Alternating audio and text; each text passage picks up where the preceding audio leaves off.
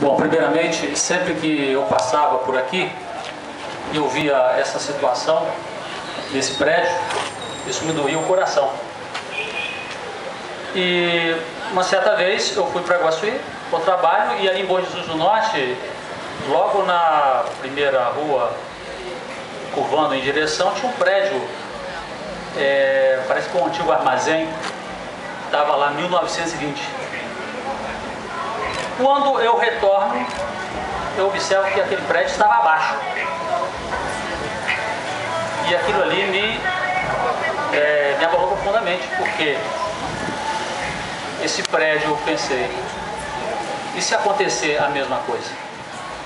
E eu senti que isso na verdade é um dever. É um dever. Claro que a gente esperaria, porque a preservação do patrimônio histórico e patrimônio cultural é uma obrigação do poder público. A gente esperaria que isso fosse obra, de restauro, da preservação. Mas, de qualquer forma, não estamos aí para lamentar e nem para criticar, mas para fazer. E foi aí, com o sentimento de dever, não é? E ao mesmo tempo que a gente foi procurar sobre a história desse prédio, a gente viu que história, quanta história. E o Reginaldo trouxe essas informações, trouxe fotos do pai dele, da genitora, quase que ninguém sabia como era a fisionomia da Amália Teixeira. Vão saber agora, porque os retratos estão aqui. E a Amália Teixeira foi professora de Roberto Silveira. Aqui na esquina, o capitão João Manel Teixeira construiu, não é isso? Construiu esse prédio para a Amália administrar a escola dela. E foi ali que Roberto Silveira e o irmão Badigé Silveira e o José Teixeira Silveira também estudaram. E há a foto dos três aqui.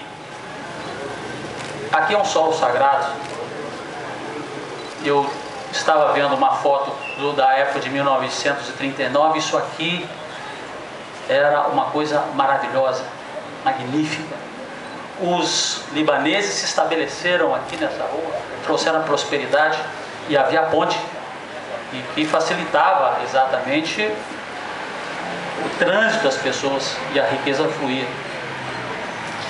E eu entendo que é fundamental nós afirmarmos os nossos valores, a nossa história, que é preciosa, que é rica, que estava no esquecimento. Eu acho que esse é um trabalho de todos. Então, é com um sentimento de dever e de alegria, a gente está podendo contribuir modestamente para isso. Porque isso aqui, você falou, Ginaldo, eu estou retornando ao útero. Certo? Agora, o nosso município não deixa também de ser o útero materno. É isso. As nossas ruas, andar por elas, vemos os prédios históricos dos nossos antepassados que aqui construíram a sua vida. Então eu penso que é fundamental nós resgatarmos a nossa história. Nós estamos aí aproveitando essa oportunidade e conclamando a todos uma mobilização para a questão do Aeroclube. Nós tivemos esse prédio de arte deco também da época de 20 e 30, ano passado veio abaixo. Um outro prédio também relevante da residência do Salim Danos, é isso? Também foi demolido para a construção. Esse aqui nós não deixamos. Agora, o Aeroclube, ele corre o risco de ser demolido, sim, porque não há nada que o preserve, por exemplo, um tombamento. Então nós entendemos que devemos fazer uma mobilização social para que nós não lamentemos depois. É possível, porque ali há uma história rica, da nossa história do município, de tantas pessoas. Quantos amores não ocorreram por ali? Quantos encontros e desencontros? Quanta história importante está relatado aí nesse documento que a gente está divulgando. Então, a nossa luta, então, agora também é para que haja, a partir disso, que aqui não é o fim, mas é o início de muitas histórias para serem contadas e muitos desafios a serem enfrentados. Eu acho que a luta pelo tombamento do aeroclube é fundamental. Ou a desapropriação, que já seria mais oneroso, por exemplo, para o município. Eu entendo que precisamos de uma política de tombamento para preservarmos o que nós temos na nossa história.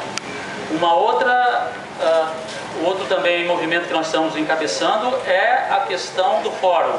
O fórum nosso aqui, em 1930, era um palacete do senhor Rangel, que construiu uma coisa magnífica e acabou que ele foi demolido e transformado naquele prédio atual do antigo fórum. Já consultei com arquitetas que entendem que é possível restabelecer a fachada de antigamente, quem sabe estabelecer um museu, ou um museu do Poder Judiciário, como nós estamos sugerindo, ou então um museu do município, alguma coisa assim. O prédio pertence ao Estado. Mas eu penso que estão muitas outras coisas. Nós temos o problema do Teatro da Conchita de Moraes, da usina Santa Maria, né? Eu acho que todos nos unindo, é importante resgatar aquilo ali como um centro de cultura, resgatarmos, né, os antepassados, as lutas importantes que aconteceram na própria usina Santa Isabel Santa Maria, o tombamento daquelas chaminés e pontas das torres. Nós temos ali também um prédio dos avós do Roberto Badia Silveira, nos quebrados, ele está comprometido. Não é? Nós temos o problema do casarão lá em Pirapitinga. Não é? Nós temos a nossa história, a nossa rica história. Então, em linhas gerais, eu penso é isso. Eu acho que nós temos que lutar. Nós estamos deixando aqui uns livros da história de Bom Jesus para ficar, vamos inovar, um bar, biblioteca. Nós temos, eu acho que tem que procurar ser criativo, sabe? Um pouco da linha do normal, a gente não vai fazer nada. Para a gente tentar mudar as coisas, nós temos que pensar fora do padrão que não querem que a gente pense. Eles querem que a gente pense mediocramente. Nós temos que pensar os olhos mais elevados, outras coisas. Então, tem uns livros aqui de história de Bom Jesus, o papai editou sobre a primeira emancipação de Bom Jesus, que está aqui. O livro do Francisco, pai de Dona Nina, está ali sobre a história de Bom Jesus. Os primeiros jornais de Bom Jesus estão compilados no livro que o papai editou. Então, a gente vai deixar aqui no Bar do Boi, para que as pessoas, quem quiser, possa manusear. Eu acho que nós temos que fomentar a cultura, né? E resgatando a nossa história. E essa história do João Manuel Teixeira, de Amália Teixeira, de Napoleão Teixeira, de Elis Lourdes, é uma história fantástica e maravilhosa, né? E que também o Rui e o Tinoco estão dando continuidade. E eu acho importante dar a satisfação de todos nós estarmos unidos aqui. Nós estamos vendo aquele diretor de cultura, Marta Salim. A gente espera que a gente possa ter apontamentos efetivos da prefeitura nesse sentido. E dizer que pessoas como Jailton, como André, que fez essa proposta de tombamento dos prédios e apresentou à prefeitura. Nós temos uma situação, por exemplo, em Bom Jesus, uma coisa meio absurda. Nós temos, por exemplo, lá na entrada da prefeitura, nós temos um busto de um deputado, o nome daquele deputado? É um deputado. Não sei o que está fazendo lá.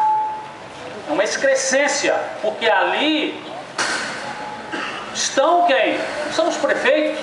É o busto, me parece, do Zezé Borges, do Jorge Assis, mas do Fábio Raunete, uma coisa assim. Não tem nada a ver com o Bom Jesus, né? Nós precisamos ali, por exemplo, estabelecer o busto, além do Roberto Silveira, fazer não há uma via, não há homenagem a Badia Silveira. Eu acho que nós precisamos de ter ali Roberto, a ala dos governadores, né? Os bustos dos governadores. E depois, numa questão intelectual, raciocinarmos também na questão das homenagens, por exemplo, ao primeiro prefeito de Bom Jesus, que não consta no busto, por exemplo, que é o Pereira Gonçalves, Pedro Gonçalves da Silva.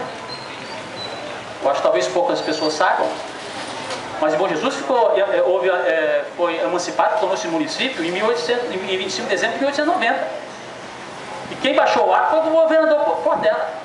Por isso que aquela praça chama Portela, o governador Portela, porque foi ele que assinou o ato que deu a emancipação em Bom Jesus em 25 de dezembro de 1890. E o primeiro prefeito nomeado foi Pedro Gonçalves da Silva, por isso que a rua lá Pedro Gonçalves da Silva. Só que 2 anos depois, muda o governador, vem Tomás Porciúncula e faz Bom Jesus se tornar distrito de Itapiruna. Somente em 1º de janeiro de 1939, Bom Jesus resgata a sua segunda emancipação, por ato de quem? Amaral Peixoto, que é a praça lá em frente, do lado da Câmara do Espaço Cultural, Praça Amaral Peixoto. Quem foi o primeiro prefeito? Zezé Borges. Buarque de Nazaré, quem foi Buarque de Nazaré? Ele foi um dos integrantes da equipe do Amaral Peixoto, que ajudou a elaborar o decreto da emancipação. Daí o porquê o Buarque de Nazaré.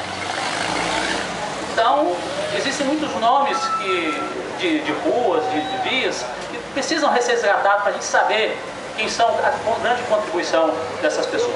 Então, para não cansar mais, eu quero dizer mais, reafirmar, eu considero de dever e de alegria que a gente deu essa pequena contribuição. Muito obrigado.